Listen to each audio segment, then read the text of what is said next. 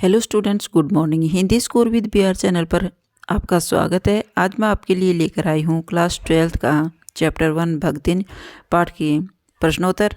तो पिछली वीडियो में हमने पढ़ा था भक्तिनी पाठ का सारांश और अब देखते हैं इसके प्रश्नोत्तर, जिसकी राइटर है महादेवी वर्मा। क्वेश्चन नंबर 1 है, भक्तिनी पाठ की लेखिका कौन है? तो भक्तिनी पाठ की लेखिका है महादेवी वर्मा। नेक्स्ट क्वेश्चन है, भक्तिनी संस्मरण महादेवी वर्मा की किस कृति में संकलित है? तो भक्तिनी संस्मरण महादेवी वर्मा की कृति स्मृति की रेखा में संकलित है। मोस्ट इम्पॉर्टेंट क्वेश्चन बनता है। भक्तिन एक संस्मरण है जिसके राइटर हैं महादेवी वर्मा और यह किस कृति में संकलित है? स्मृति की रेखाएं। नेक्स्ट है, भक्तिनी किस विधा में लिखा गया है? भक्तिनी आत्म संस्मरणात्मक रेखा चित्र में लिखा गया एक रचना है। भक्तिनी पाठ में मूलतः किन सामाजिक समस्याओं का उल्लेख किया गया है? भक्तिनी पाठ में मूलतः अशिक्षा, अंधविश्वास, विधवा समस्या व लड़के और लड़कियों में भेदभाव की समस्याओं को उजागर किया गया है। मोस्ट इम्पोर्टेंट क्वेश्चन बनता है, भक्तिनी महादेवी वर्मा से कितने वर्ष बड़ी थी? भक्तिनी महादेवी वर्मा से लगभग 25 वर्ष बड़ी थी। महादेवी वर्मा जी ने भक्तिनी के जीवन को कितने परिच्छेदों या भागों में विभक्त किया है? तो महादेवी वर्मा ने भक्तिनी के जीवन को 4 भागों में विभक्त किया है। भक्तिनी पाठ के आधार पर पंचायतों की क्या तस्वीर उभरती है? पंचायतें गूंगी, लाचार और अयोग्य थी। भक्तिनी कौन थी? भक्तिनी महादेवी वर्मा की एक देहाती सेविका है। नेक्स्ट है, भक्तिनी का वास्तविक नाम क्या था? भक्तिनी का वास्तविक नाम था लक्ष्मी। और भक्तिनी नाम किसे दिया गया था? लक्ष्मी का नाम उसकी गले में माला पहनती थी और एक साध्वी जैसी सिंपल कपड़े पहनती थी, इसलिए महादेवी वर्मा ने उसका नाम भक्तिन रख दिया था। भक्तिन का सूरवीर पिता किस गांव का रहने वाला था? तो भक्तिन का सूरवीर पिता झूसी नामक गांव के रहने वाले थे। भक्तिन का विवाह किस गांव में हुआ था? भक्तिन का विवाह एक हंडिया नामक गांव में हुआ था। और भक्तिन के पिताजी क्या काम करते थे? एक गोपालक थे, गाय पालने का काम करते थे। भक्तिन का विवाह किस आयु में हुआ था? तो भक्तिन का विवाह 5 वर्ष की आयु में हो गया था।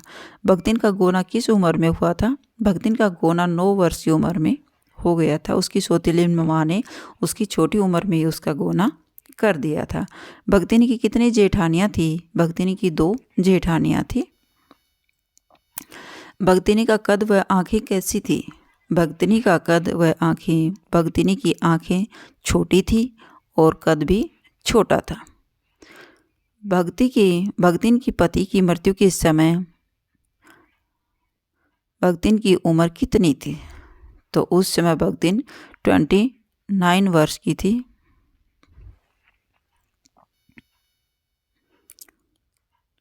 भक्तिन ने पति की मृत्यु किस उम्र में की थी? भक्तिनी की पति की मृत्यु किस उम्र में हो गई थी? 36 वर्ष की आयु में उसके पति का निधन हो गया था। तुषारपात शब्द का अर्थ क्या होता है? तुषारपात का अर्थ था ओले गिरना। मोस्ट इम्पॉर्टेंट क्वेश्चन बनता है। भक्तिन की कितनी बेटियां थी? भक्तिन की 3 बेटियां थी। भक्तिन की क्या विशेषताएं बताई गई हैं? कि वह परिश्रमी और स्वाभिमानी सेविका थी।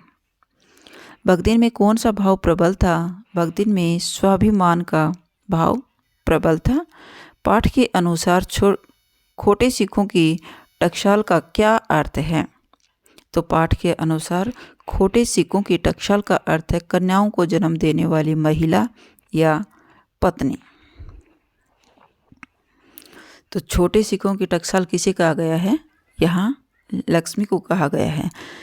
पाठ में खोटे सिक्कों की टकसाल किसे कहा गया है? भक्तिन को कहा गया है। भक्तिन का लक्ष्मण से भक्तिन नामकरण किसने किया था?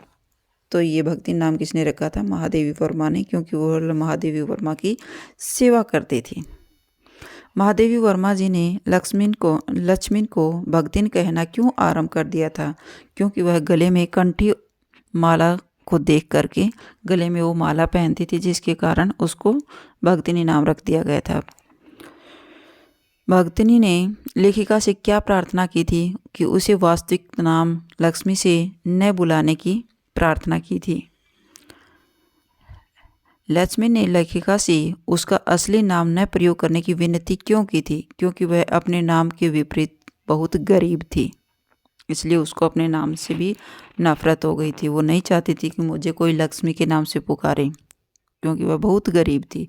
वह अपना समृद्धि सूचक नाम किसी को बताना नहीं चाहती थी। यहाँ की नाम को समृद्धि सूचक कहा गया है लक्ष्मी यानी धन की देवी को। भक्तिन किसके लिए लड़ाई लड़ती रहती थी? अपनी बेटियों के हक के लिए वो लड़ाई लड़ती रहती थी। भक्तिन किस प्रकार का भोजन बनाती थी? सीधा साधा और सरल व सात्विक भोजन पकाती थी। किसके लिए पकाती थी? महादेवी वर्मा के लिए। उसे किसी अन्य का कहाँ जाना पसंद नहीं था।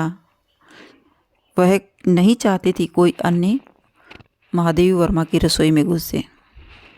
भक्तिनी किसके समान लेखिका के साथ लगी रहती थी? भक्तिनी एक छाया के समान लेखिका के साथ लगी रहती थी, यानी हमेशा उसके साथ रहती थी। ससुराल में भक्तिनी के साथ उनके पति का व्यवहार कैसा था? ससुराल में भक्तिनी के साथ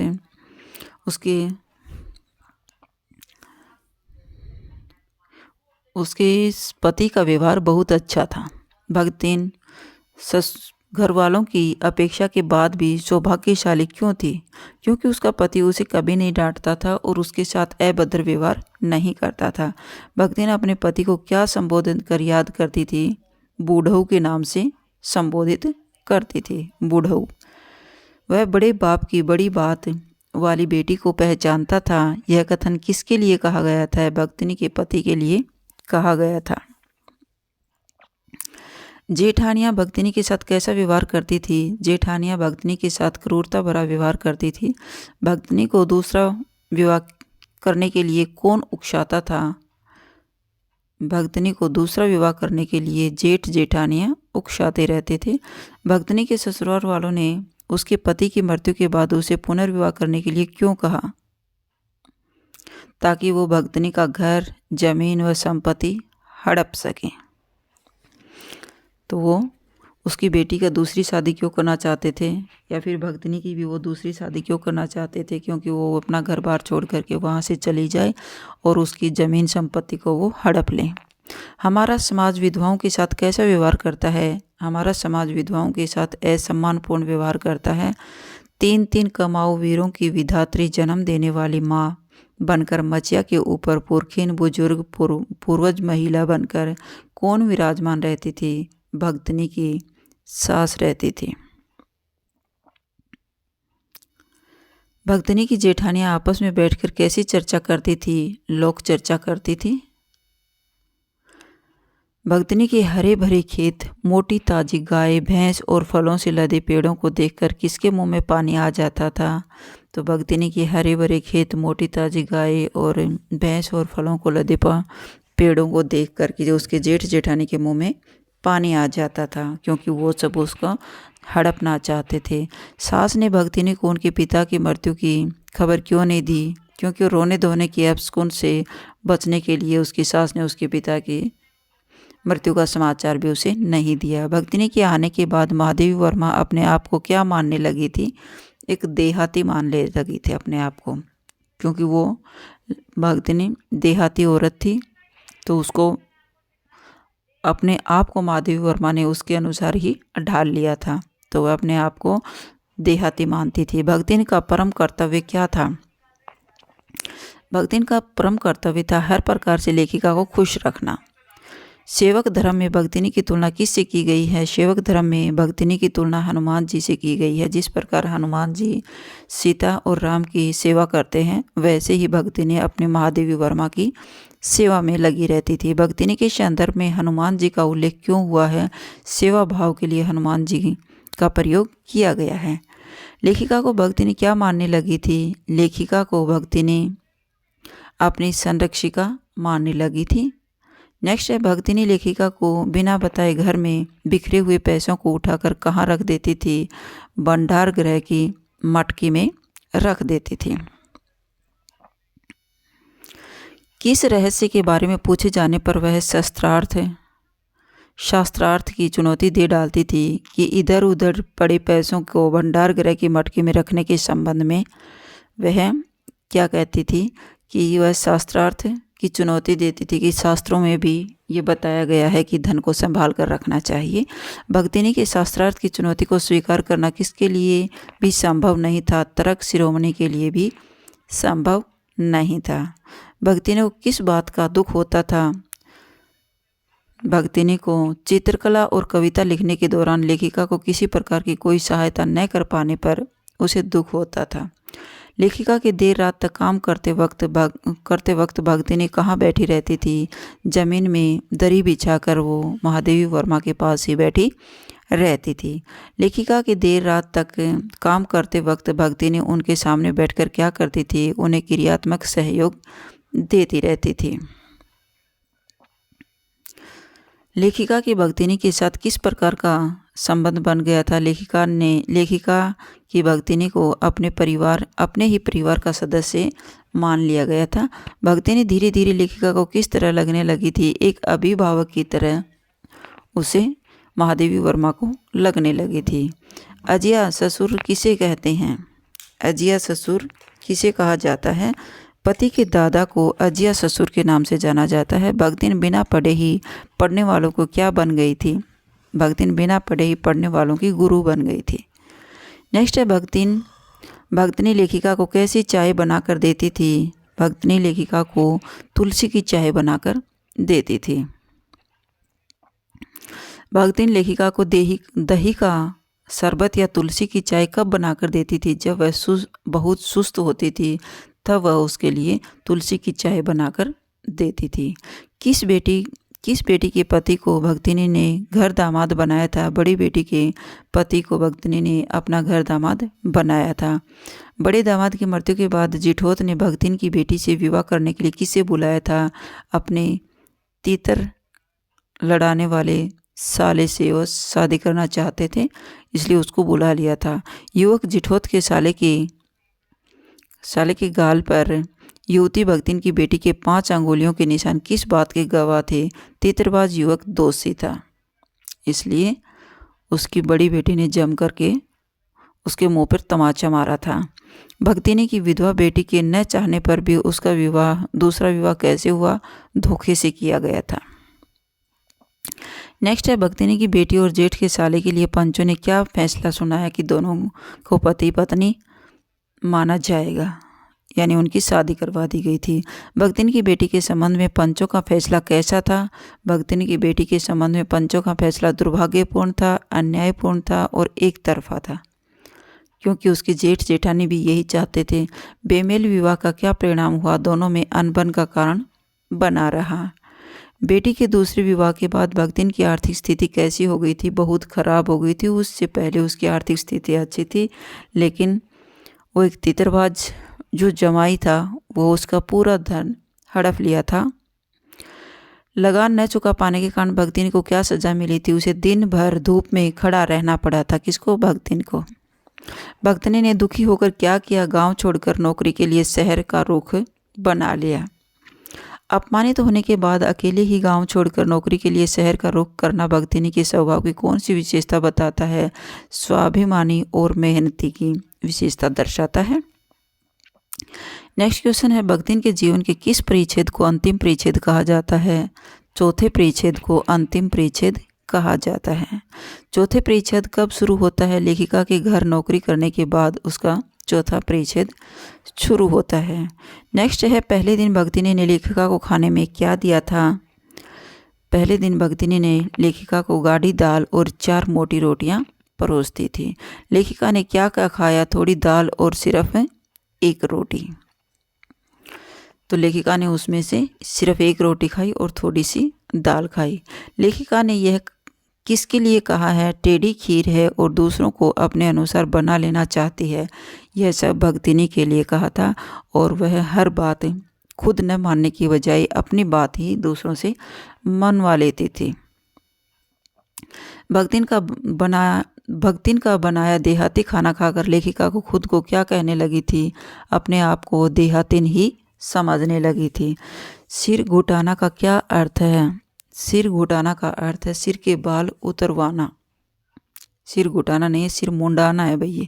सिर मुंडाना का क्या अर्थ है? सिर के बाल उतरवाना।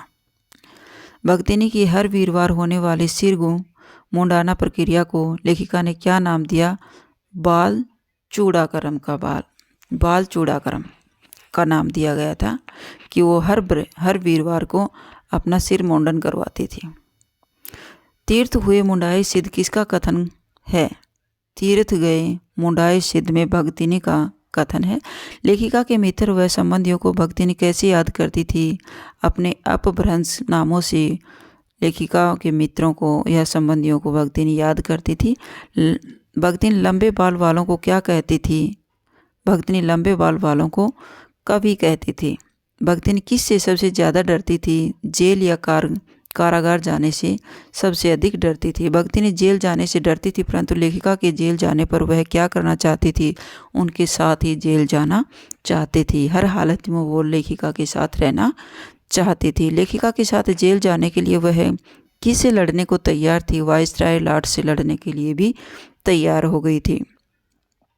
पिछले वर्ष किस भय से भक्तिनी ने उन्हें गांव चलने को कहा था? युद्ध के भय से भक्तिनी ने उन्हें लेखिका को गांव चलने के लिए कहा था।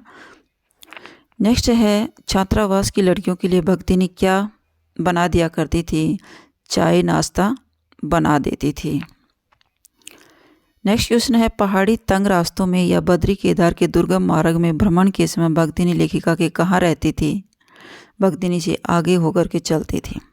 धूल भरे रास्तों में वह कहाँ रहती थी? वह पीछे रहती थी, लेखिका के पीछे।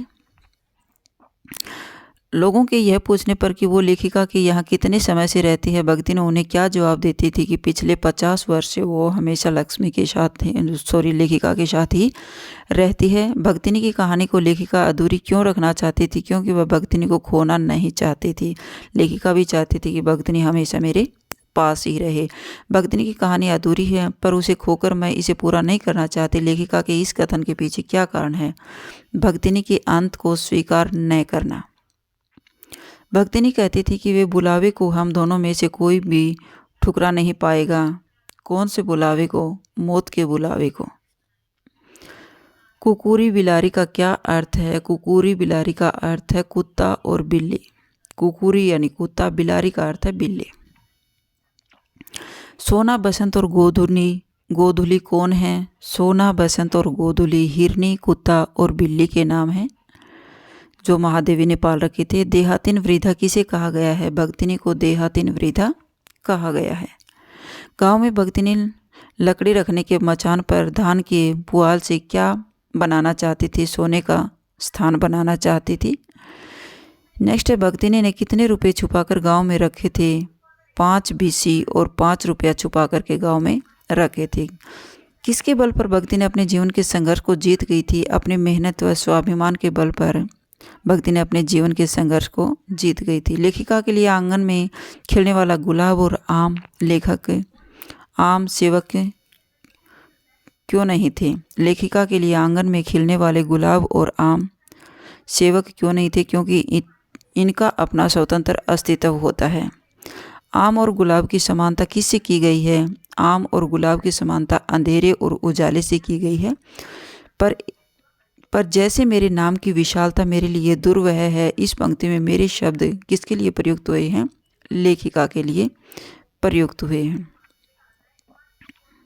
नेक्स्ट है, ये इसके मोस्ट इम्पोर्टेंट क्वेश्चन थे। अब कुछ क्वेश्चन महादेवी वर्मा से संबंधित हैं। चलिए एक बार देखते हैं। मोस्ट इम्पोर्टेंट है, काफ़ी बार महादेवी वर्मा से संबंधित, उसके जीवन परिचय से संबंधित प्रश्नोत्तर पूछ लिया जाता है। तो महादेवी वर्मा का जन्म कब हुआ था? सन 1907 में। महादेवी वर्मा का जन्म कहाँ हुआ था? फर्रुखाबाद में हुआ था। महादेवी वर्मा का निधन कब हुआ था? जन्म सन 1907 में हुआ था और निधन सन 1987 में, यानी 80 वर्ष की उम्र में उसका निधन हो गया था। महादेवी वर्मा का निधन कहाँ हुआ था? इलाहाबाद, प्रयागराज में हुआ था। महादेवी वर्मा को उनकी किस रचना के लिए ज्ञानपीठ पुरस्कार दिया गया था? महादेवी वर्मा को यामा रचना के लिए ज्ञानपीठ पुरस्कार मिला था। मोस्ट इम्पोर्टेंट क्वेश्चन बनता है। महादेवी वर्मा जी को कौन कौन से पुरस्कार मिले थे? ज्ञानपीठ पुरस्कार, मंगला प्रसाद पारितोषिक, पद्म भूषण, और पद्म विभूषण और भारती पुरस्कार। मोस्ट इम्पोर्टेंट क्वेश्चन बनता है भाई, महादेवी वर्मा जी को मरणोपरांत कौन सा पुरस्कार प्राप्त हो गया था? मरणोपरांत पद्म विभूषण का पुरस्कार प्राप्त हुआ था। नेक्स्ट क्वेश्चन है, महादेवी वर्मा किस युग के 4 स्तंभों में से मानी जाती है? महादेवी वर्मा छायावाद के 4 स्तंभों में मानी जाती है। मोस्ट इम्पोर्टेंट क्वेश्चन है, किसे आधुनिक मीरा कहा जाता है? महादेवी वर्मा को आधुनिक मीरा के नाम से भी जाना जाता है। मोस्ट इम्पोर्टेंट क्वेश्चन है, महादेवी वर्मा के प्रमुख काव्य संग्रह कौन कौन से हैं? रश्मि, नीलांबरा और दीपशिखा। ये भी मोस्ट इम्पोर्टेंट क्वेश्चन है, काफ़ी बार कॉम्पिटिटिव एग्जाम में पूछा जाता है। तो ये आपके भक्तिनी संस्मरणात्मक रेखा चित्र से संबंधित मोस्ट इम्पोर्टेंट क्वेश्चन थे। अगर आपको मेरी वीडियो अच्छी लगी हो तो प्लीज़ लाइक कीजिए, शेयर कीजिए और सब्सक्राइब करना न भूलें। फिर मिलते हैं नेक्स्ट वीडियो में। Bye bye.